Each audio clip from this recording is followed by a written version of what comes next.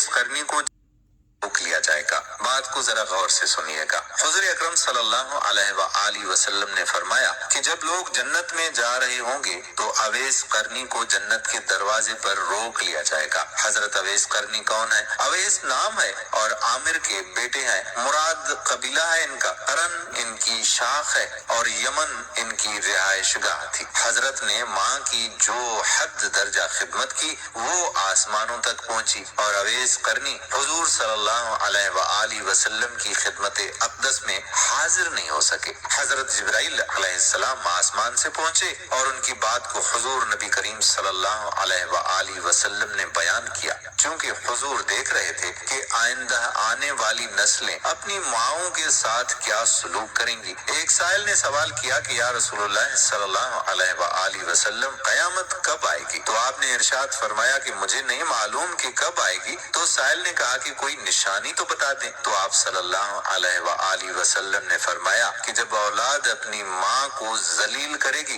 तो क़यामत आएगी। हुजूर सल्लल्लाहु अलैहि वसल्लम ने हजरत उमर रज़ियल्लाहु ताला अन्हु और हजरत अली रज़ियल्लाहु ताला अन्हु से कहा कि तुम्हारे दौर में एक शख्स होगा जिसका नाम होगा अवैस बिन आमिर, दरमियाना कद, रंग का काला और जिस्म पर एक सफेद दाग होगा। हुजूर सल्लल्लाहु अलैहि वसल्लम ने उनका हुलिया ऐसे बयान किया जैसे सामने देख रहे हों। आप सल्लल्लाहु अलैहि वसल्लम ने फरमाया कि वो आए, जब वो आए तो तुम दोनों ने उससे दुआ करानी है। हजरत उमर रज़ियल्लाहु ताला अन्हु और हजरत अली रज़ियल्लाहु ताला अन्हु को अवैस करनी की दुआ की जरूरत नहीं थी। ये उम्मत को पैगाम पहुंचाने के लिए है कि माँ का मकाम क्या है। हजरत उमर रज़ियल्लाहु ताला अन्हु हैरान हो गए और सोचने लगे कि हुजूर सल्लल्लाहु अलैहि वसल्लम क्या कह रहे हैं कि अवैस से दुआ करवाएं। तो हुजूर सल्लल्लाहु अलैहि वसल्लम ने फरमाया कि ऐ उमर, ऐ अली, अवैस ने माँ की खिदमत इस तरह से की है कि जब वो हाथ उठाता है तो अल्लाह उसकी दुआ को खाली नहीं जाने देता। हजरत उमर रज़ियल्लाहु ताला अन्हु 10 साल खलीफा रहे, 10 साल हज किया, उन्हें अवैस ना मिले। एक दिन सारे हाजियों को इकट्ठा कर लिया और कहा कि तमाम हाजी खड़े हो जाएं। आपके हुक्म पर तमाम हाजी खड़े हो गए। फिर कहा कि सब बैठ जाओ, सिर्फ यमन वाले खड़े रहे। तो सब बैठ गए और यमन वाले खड़े रह गए। फिर कहा कि यमन वाले सारे बैठ जाओ, सिर्फ मुराद कबीला खड़ा रहे। फिर कहा मुराद वाले सब बैठ जाओ, सिर्फ करन वाले खड़े रहो। तो मुराद वाले बैठ गए, सिर्फ एक आदमी बचा और हजरत उमर ने कहा कि तुम करनी हो? तो उस शख्स ने कहा कि हाँ मैं करनी हूँ। तो हजरत उमर ने कहा कि अवैस को जानते हो? तो उस शख्स ने कहा हाँ जानता हूँ, मेरे भाई का बेटा है, मेरा सगा भतीजा है, उसका दिमाग ठीक नहीं है।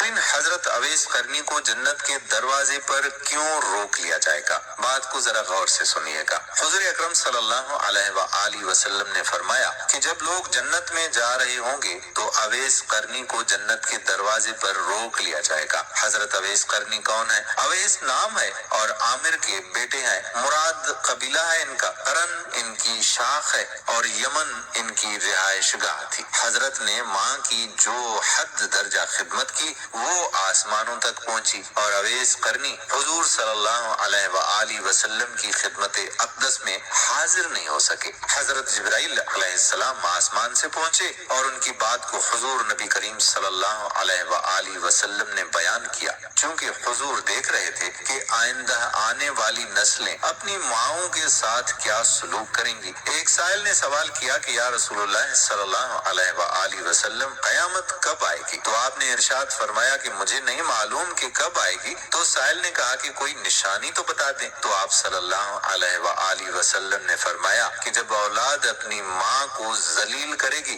तो क़यामत आएगी। हुजूर सल्लल्लाहु अलैहि वसल्लम ने हजरत उमर रज़ियल्लाहु ताला अन्हु और हजरत अली रज़ियल्लाहु ताला अन्हु से कहा कि तुम्हारे दौर में एक शख्स होगा जिसका नाम होगा अवैस बिन आमिर, दरमियाना कद, रंग का काला और जिस्म पर एक सफेद سفید داغ ہوگا۔ حضور صلی اللہ علیہ وآلہ وسلم نے ان کا حلیہ ایسے بیان کیا جیسے سامنے دیکھ رہے ہوں۔ آپ صلی اللہ علیہ وآلہ وسلم نے فرمایا کہ وہ آئے گا، جب وہ آئے تو تم دونوں نے اس سے دعا کرانی ہے۔ حضرت عمر رضی اللہ تعالیٰ عنہ اور حضرت علی رضی اللہ تعالیٰ عنہ کو اویس قرنی کی دعا کی ضرورت نہیں تھی۔ یہ امت کو پیغام پہنچانے کے لیے ہے کہ ماں کا مقام کیا ہے۔ حضرت عمر رضی اللہ تعالیٰ عنہ حیران ہو گئے اور سوچنے لگے کہ حضور صلی اللہ علیہ وآلہ وسلم کیا کہہ رہے ہیں کہ اویس سے دعا کروائیں۔ تو حضور صلی اللہ علیہ وآلہ وسلم نے فرمایا کہ اے عمر، اے علی، اویس نے ماں کی خدمت اس طرح سے کی ہے کہ جب وہ ہاتھ اٹھاتا ہے تو اللہ اس کی دعا کو خالی نہیں جانے دیتا۔ حضرت عمر رضی اللہ تعالیٰ عنہ 10 سال خلیفہ رہے،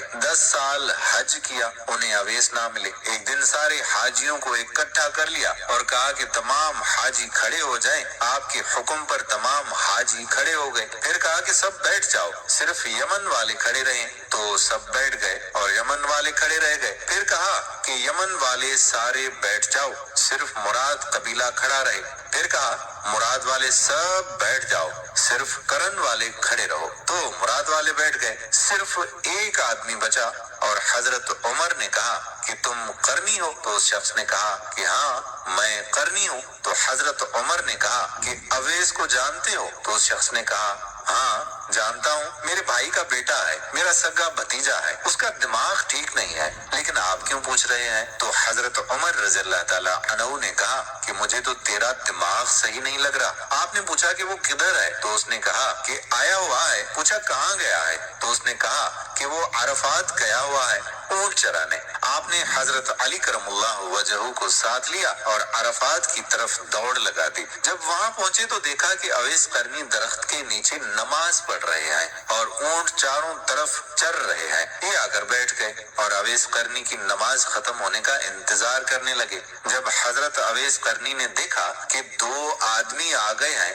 تو انہوں نے نماز مختصر کر دی۔ سلام پھیرا تو حضرت عمر رضی اللہ تعالیٰ عنہ نے پوچھا کہ کون ہو بھائی؟ تو کہا جی میں مزدور ہوں، اسے خبر نہیں کہ یہ کون ہے۔ تو حضرت عمر رضی اللہ تعالیٰ عنہ نے کہا کہ تیرا نام کیا ہے؟